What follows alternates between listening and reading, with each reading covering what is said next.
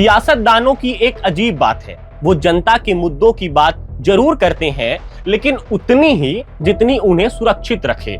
उनके 10 मिनट के भाषण में 9 मिनट वो मुद्दे होते हैं जो उनकी पॉलिटिक्स को सूट करे।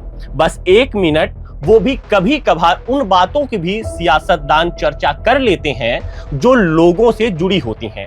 अब जरा भोपाल और पूरे मध्य प्रदेश से आ रही ये तस्वीरें देखिए। एलपीजी की भारी किल्लत है, लोग घंटों लाइनों में खड़े हैं, सिलेंडर मिलना मुश्किल हो गया है। लेकिन क्या आपने किसी बड़े नेता को इस संकट पर खुलकर बोलते सुना है? सुना हो तो कमेंट में जरूर बताइएगा। क्या कोई ठोस समाधान सामने आया? जवाब होगा नहीं आया। लेकिन सब कुछ कंट्रोल में है, ये जरूर आपने सुना होगा। दरअसल मध्य प्रदेश में इन दिनों सियासत का पूरा फोकस एक ऐसे मुद्दे पर है जिस पर बहस जितनी तेज होगी उतना ही ध्रुवीकरण बढ़ेगा। वो मुद्दा है यूनिफॉर्म सिविल कोड का। असली लड़ाई एलपीजी की लाइन में खड़े आम आदमी की है, लेकिन टीवी और बयानों में लड़ाई यूसीसी पर हो रही है। पब्लिक वाणी का सवाल सीधा है, क्या जनता के मुद्दे अब सिर्फ बैकग्राउंड म्यूजिक बनकर रह गए हैं? और क्या सियासत अब सिर्फ उन्हीं मुद्दों पर होगी जहां से फायदा पक्का और जवाबदेही शून्य हो? नमस्ते, मैं हूं शिवेंद्र, आप देख रहे हैं पब्लिक वाणी।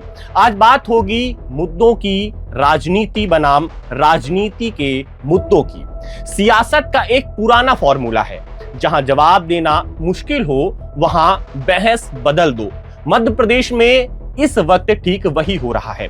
एक तरफ यूनिफॉर्म सिविल कोड को लेकर जबरदस्त सियासत गर्म है। मुख्यमंत्री मोहन यादव दिवाली तक लागू करने के संकेत देते हैं, वो ठीक है, लेकिन इसके पीछे भाजपा और कांग्रेस आमने सामने आ जाते हैं। भाजपा विधायक रामेश्वर शर्मा कहते हैं, एक कौम 5 बीवी और 25 बच्चे पैदा कर संकट खड़ा कर रहा है, यानी यूसीसी को जनसंख्या नियंत्रण से जोड़ दिया जाता है। एक कौम 5 बीवी 25 बच्चे जो लगातार पैदा करके हिंदुस्तान को नया जो है आबादी का संकट खड़ा कर रही है, इससे भी निपटा जा सकता है जब इस देश में सबके लिए सामान्य कानून की बात होती है। सबको शिक्षा चाहिए, सबको रहने के लिए घर चाहिए, सबको रोजगार चाहिए, तो सबको इस बात पर भी विचार करना चाहिए कि सबको बच्चे भी फिर उसी हिसाब से पैदा करना चाहिए। और कांग्रेस का तो ये पुराना नारा है कि 2 ही बच्चे अच्छे। इसी मामले में कांग्रेस विधायक आरिफ मसूद पलटवार करते हैं, कहते हैं सरकार गैस और खाद नहीं दे पा रही है, इसलिए जनता का ध्यान भटकाने के लिए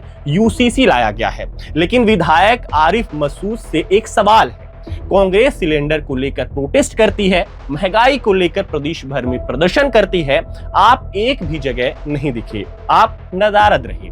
मतलब आप जनता के मुद्दों से नदारद विधायक हैं। अब आपको कुछ तस्वीरें दिखाता हूं। स्क्रीन में आप जो तस्वीरें देख रहे हैं ये रीवा के जवा की हैं। इंडियन गैस एजेंसी के बाहर लोग घंटों नहीं बल्कि दिनों तक तेज धूप में ना पानी ना छाया के खड़े हैं। बुजुर्ग, महिलाएं, बच्चे सब मजबूरी में इंतजार कर रहे हैं। कई लोग बताते हैं 5-6 दिन से लाइन में लग रहे हैं, लेकिन नंबर आने से पहले जवाब मिल जाता है सिलेंडर खत्म हो गया है, बुकिंग हो गई है, डीएससी नंबर भी मिल गया है, सब कुछ मिल गया है, लेकिन जो जरूरी था मिलना, सिलेंडर, वो अब तक नहीं मिला। ये देखिए जवा एजेंसी का हाल है।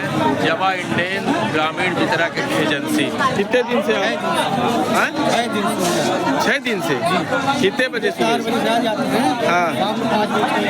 लाइन लगी तो लाइन में लगे हैं, लाइन से नहीं मिल रहा है। बाहर से आके लंबी पैसा चल रहा है। अब भोपाल में हुए एक खुलासे की बात करते हैं। अयोध्या नगर की सैनी इंडियन एजेंसी पर फूड डिपार्टमेंट ने छापा मारा। इस दौरान खाद्य विभाग को 300 से ज्यादा सिलेंडरों में गैस कम मिली, यानी एक तरफ लोगों को सिलेंडर नहीं मिल रहा और दूसरी तरफ जो मिल भी रहा है उसमें भी गैस पूरी नहीं है। ऐसे में सवाल सीधे हैं, क्या यूसीसी की बहस इन समस्याओं से फिलहाल बड़ी है? क्या नेताओं के पास इन लाइनों में खड़े लोगों के लिए कोई जवाब है? क्या जनसंख्या पर बयान देना आसान है और सिलेंडर की कमी पर बोलना मुश्किल? और सबसे जरूरी सवाल, क्या सियासत अब उन्हीं मुद्दों पर होगी जहां बहस लंबी चले लेकिन जिम्मेदारी शून्य हो? एक और जनता लाइन में खड़ी है, दूसरी तरफ नेता फिजूल की बातों में मशगूल हैं। आपको क्या लगता है, आम लोगों की नजर से फिलहाल एलपीजी या यूसीसी कौन सा मुद्दा ज्यादा बड़ा है? कमेंट में जरूर बताइएगा। वीडियो देखने के लिए धन्यवाद।